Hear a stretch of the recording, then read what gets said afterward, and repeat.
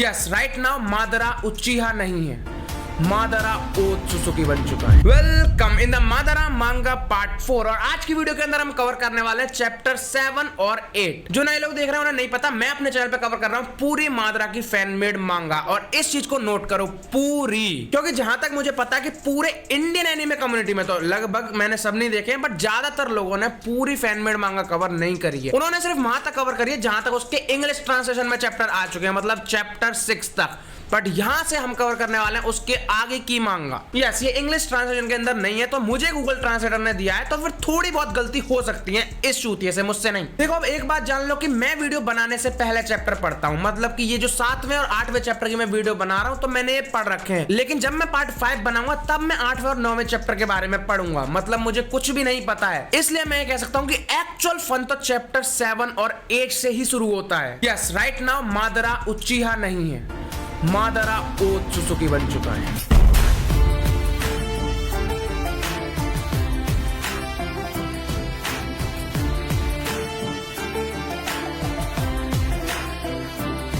और इस पार्ट के अंदर तुम देखोगे मादरा ने सुसानो को किस लेवल पे अपग्रेड कर दिया है, और इसी की भी एक न्यू फॉर्म देखने को मिली है। और एक और सबसे बड़ी चीज जिसको देख के तुम हिलने वाले हो या हिलाने वाले हो मुझे नहीं पता है, चैप्टर के अंदर ही देख लेना। चैप्टर 7 का नाम है क्लैन पावर 2। हाँ, चैप्टर 6 का भी यही नाम था, तो उसको बस पार्ट 2 के नाम पे, मतलब वही स्टोरी आगे बढ़ी है इस चैप्टर के अंदर। और चैप्टर के कवर पेज पे कौन है? मादरा उचिहा। देखो चैप्टर 6 के एंड में इशिकी ने अपनी ओत्सुसुकी वाली रियल पावर ओपन करी थी और पूरा रेगिस्तान बर्बाद कर दिया। रेगिस्तान वैसे भी बर्बाद ही होते हैं, पर उसने वैसे ही बर्बाद कर दिया। और चैप्टर उसी तबाही से शुरू होता है जहां पे सीरो इसे देख रहा है और कह रहा है कि अमेजिंग। मुझे देखो इस मांगा के अंदर 3 चीज जरूर जाननी है। एक तो कि बोरुटो कहां है और कैसा है, कैसा दिखता है वो। दूसरा, मुझे चाहिए इसमें शिबाई ओत्सुसुकी के साथ लड़ाई, वो हमें एक्चुअल बोरुटो के अंदर कब दिखेगी कि नहीं मुझे नहीं पता, इसमें हमें देखनी है, पूरा फील लेना है अपने को। और थर्ड, ये आखिर है कौन? मुझे इस पे शक होता है कि ये ओबिटो है, क्योंकि हो भी सकता है, क्योंकि ओबिटो ने पूरे शिनोबी वर्ल्ड यहां तक कि इटाची जीनियस को भी चूतिया बना रखा था कि मैं मादरा उचिहा हूं। तो ये यहाँ पे मादरा उचिहा को चूतिया नहीं बना सकता है कि मैं शीरो हूं, मैं ओबिटो नहीं हूं। ये 3 चीज मिल जाए मैं बड़ा खुश भाई। शीरो अपनी डायमेंशन से फाइट देख रहा है और वो कहता है कि तो ये है असली ओत्सुसुकी की पावर्स। अगर इन्हें नॉर्मल ह्यूमन से कंपेयर करें तो इनकी तो कोई लिमिट ही नहीं है। वो कहता है कि अब मेरे समझ आया कि मादरा को इनसे लड़ने के लिए क्यों बुलाया था।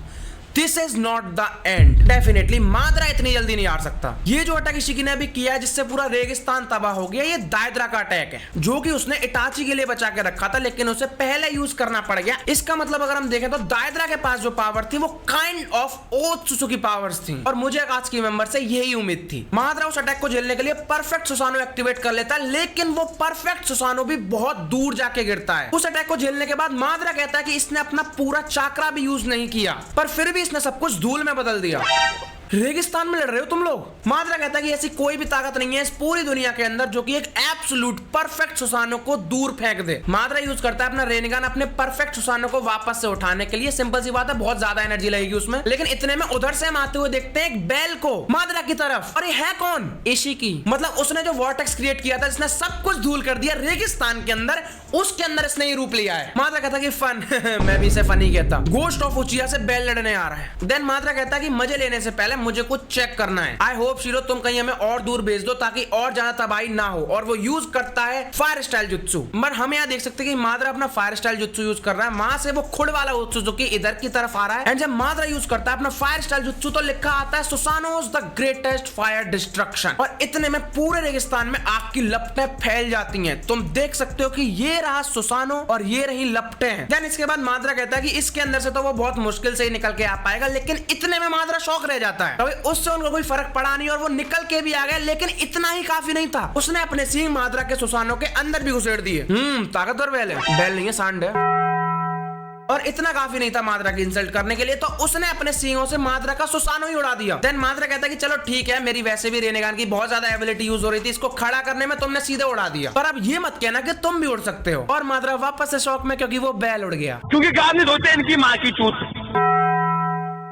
देन माद्रा कहता है कि चलो अभी और आसान हो गया, और वो अपने सुसानो की स्वॉर्ड निकालता है और वो बोलता है कि इस स्वॉर्ड का एक ही स्विंग काफी है पूरी जमीन को तबाह करने के लिए, तो फिर एक बीफ इज जस्ट लाइक का कैंडल। वो अपनी स्वॉर्ड निकालता है, स्विंग करता है और उसकी तरफ बढ़ता है, और तुम यहाँ पे साइज कंपैरिजन देख सकते हो। ये रहा अपना माद्रा का सुसानो और ये रहा इशिगी का बेल। और चैप्टर 7 यहीं पे एंड हो जाता है। और अब शुरू करते हैं हम लोग चैप्टर 8, और उसके ऊपर वार्निंग देख लो तुम लोग। इसलिए मैंने कहा था कि इसके अंदर कुछ ऐसा है जिसको देखने के बाद तुम हिलने वाले हो यार। और ये आखिर फोटो किसकी है? यहाँ पे ये नाम लिखा है रशियन के अंदर, तुम्हें मैं बता देता हूँ कि ये लिखा है नेरेदा उचिहा। जिनको नहीं पता कि नेरेदा उचिहा कौन है, तो फिर तुम जाके मेरी चैप्टर 5 और 6 यानी कि पार्ट 3 को जाके देख सकते हो। उसके अंदर मैंने बताया है। और एक्चुअल में तो ये साकुरा की बेटी है छोटी, क्योंकि 18 साल की है। नहीं, उसका मतलब ये नहीं है कि यहाँ पे उसकी एज दी है, ये वार्निंग है। चैप्टर 8 शुरू करते हैं जिसका नाम है वार्निंग। चैप्टर में शुरू होता है माद्रा वर्सेस इशिगी, और यहाँ पे माद्रा ने अपने अटैक कर दिया है इशिगी के ऊपर। और माद्रा सोच रहा है कि ये तो काफी आसान था। देन माद्रा सोचता है कि और कुछ नहीं, चाकरा की प्योर फॉर्म है, इस पे हमें अटैक करते ही रहना चाहिए। और वो अटैक करते ही रहता है उस पे अपनी स्वॉर्ड से। देन माद्रा उस पे लगातार अटैक करता है अपनी स्वॉर्ड से, तो उसका जो सुसानो है, परफेक्ट सुसानो है, वो टूटने लग जाता है। देन माद्रा ये बताता है कि सुसानो ज्यादा लंबा नहीं टिक सकता है क्योंकि वो बहुत ज्यादा चक्रा यूज कर रहा है। और अगर तुम लोग सोच रहे हो कि जैसा कि चैप्टर 1 के अंदर दिखाया था, माद्रा को मिल चुकी है आशुरा और इंद्रा दोनों की पावर्स, तो उसका चक्रा खत्म ही नहीं होना चाहिए, क्योंकि उजुमाकी और सेंजू दोनों का बाप तो आशुरा ही था। मतलब दोनों का कंबाइंड पावर प्लस इंद्रा उचिहा की पावर्स, यानी कि टोटल उसके पास अभी ओगोरोमो की पावर्स हैं। तो